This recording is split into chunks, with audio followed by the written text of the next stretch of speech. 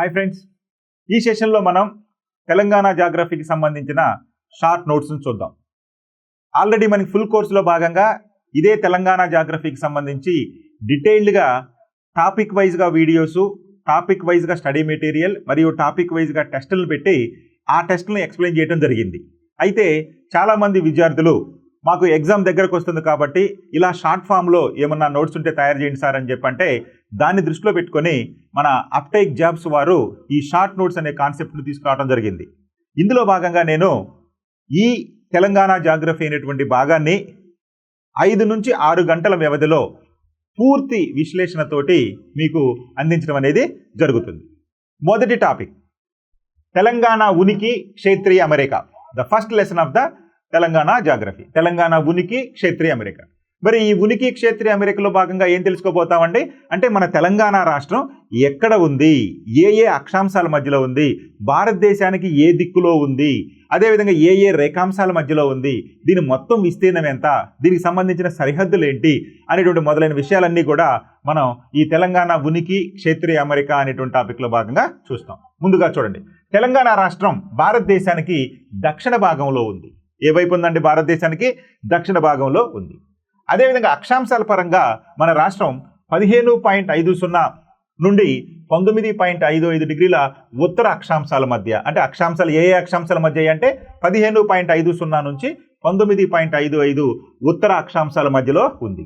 మరి రేఖాంశాల పరంగా తీసుకున్నప్పుడు 77.15 డిగ్రీల నుండి 81.19 తూర్పు రేఖాంశాల మధ్యన ఉంది. అంటే అక్షాంశాల పరంగా తీసుకుంటే ఉత్తర అక్షాంశాలు 15.50 నుంచి 19.55 ఉత్తర అక్షాంశాల మధ్య. రేఖాంశాల పరంగా అంటే ఏ రేఖాంశాలండి?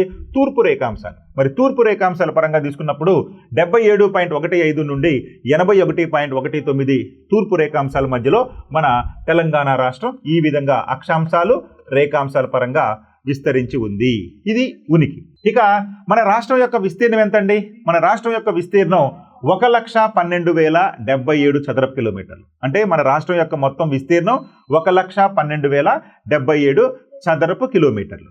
ఇది మొత్తం దేశ వైశాల్యంలో, అంటే మన దేశం యొక్క వైశాల్యం ఎంతని చెప్పుకున్నామండి?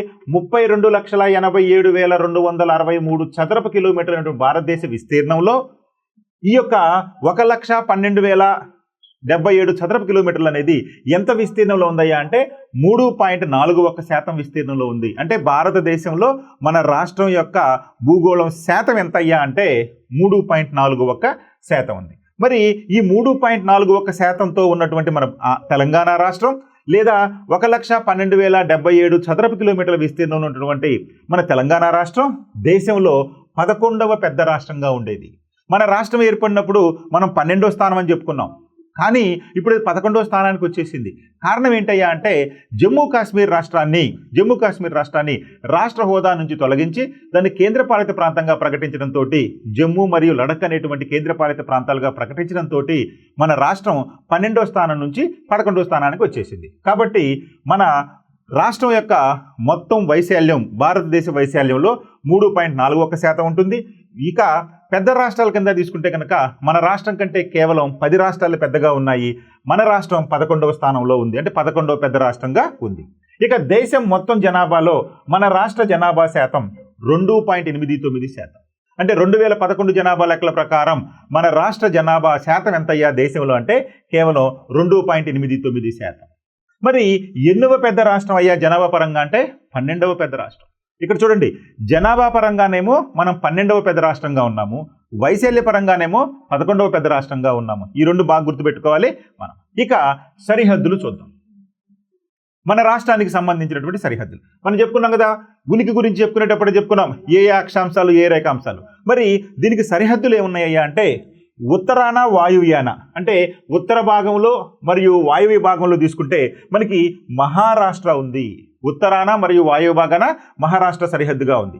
ఇక పశ్చిమాన కర్ణాటక రాష్ట్రం, పశ్చిమాన తీసుకుంటే కర్ణాటక రాష్ట్రం సరిహద్దుగా ఉంది. ఇక ఈశాన్యాన్ని తీసుకుంటే ఛత్తీస్గఢ్ రాష్ట్రం సరిహద్దుగా ఉంది. ఇక దక్షిణాన తూర్పును తీసుకుంటే ఆంధ్రప్రదేశ్లు సరిహద్దుగా ఉన్నాయి. అంటే 4 రాష్ట్రాలు మన రాష్ట్రానికి పూర్తిగా సరిహద్దుగా ఉన్నాయి. మనం చెప్పుకున్నాం మన తెలంగాణ రాష్ట్రం భూ పరివేష్టిత రాష్ట్రం.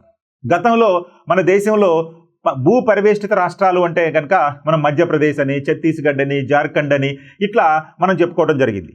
అదేవిధంగా ఇప్పుడు ఈ 3 రాష్ట్రాలతో పాటు హర్యానా అనేది కూడా ఒక భూ పరివేష్టిత రాష్ట్రంగా ఉంది. మరి వీటితో పాటుగా మన తెలంగాణ రాష్ట్రం ఏర్పడంతో 5వ రాష్ట్రంగా మన తెలంగాణ మన దేశంలో భూ పరివేష్టిత రాష్ట్రంగా వచ్చేసింది. సో ఇప్పుడు మన దేశంలో భూ పరివేష్టిత రాష్ట్రాలు అంటే మనం ఏం చెప్పుకుంటామయ్యా, మధ్యప్రదేశ్, ఛత్తీస్గఢ్, జార్ఖండ్ మరియు హర్యానా రాష్ట్రాలుతో పాటుగా మన తెలంగాణ రాష్ట్రం కూడా 5వ భూ పరివేష్టిత ల్యాండ్ లాక్డ్ స్టేట్గా వచ్చేసింది. ఎందుకని మన రాష్ట్రానికి చుట్టూ భూభాగమే ఉంటుంది.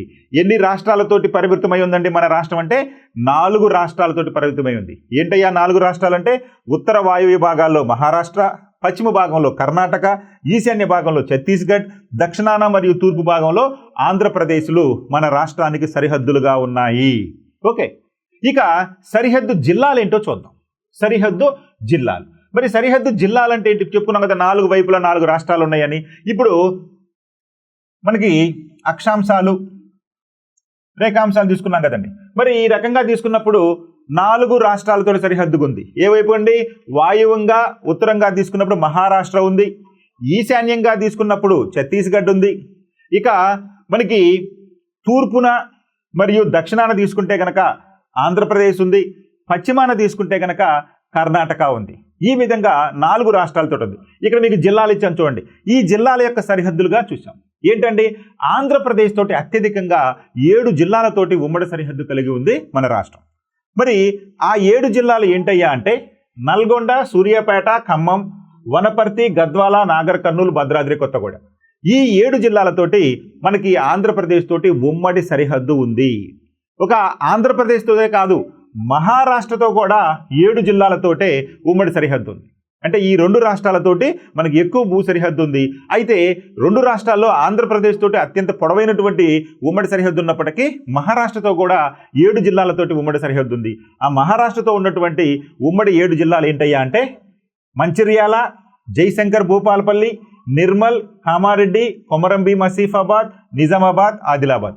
ఈ విధంగా ఆంధ్రప్రదేశ్ తోటి 7 జిల్లాలతోటి, మహారాష్ట్ర తోటి 7 జిల్లాలతోటి మన రాష్ట్రం ఉమ్మడి సరిహద్దును కలిగి ఉంది. ఇక కర్ణాటక తీసుకుంటే 5 జిల్లాలతోటి కర్ణాటక రాష్ట్రంతో ఉమ్మడి సరిహద్దు ఉంది. ఆ 5 జిల్లాల్లో గద్వాల్, నారాయణపేట, కామారెడ్డి, సంగారెడ్డి మరియు వికారాబాద్ జిల్లాలు. ఇక ఛత్తీస్గఢ్ రాష్ట్రంతో అతి తక్కువ ఉమ్మడి భూ సరిహద్దు ఏ రాష్ట్రంతో ఉందయ్యా మనకంటే ఒక ఛత్తీస్గఢ్ తోటి ఉంది. మరి ఈ ఛత్తీస్గఢ్ తోటి కేవలం 3 జిల్లాలతోటే ఉమ్మడి సరిహద్దు ఉంది.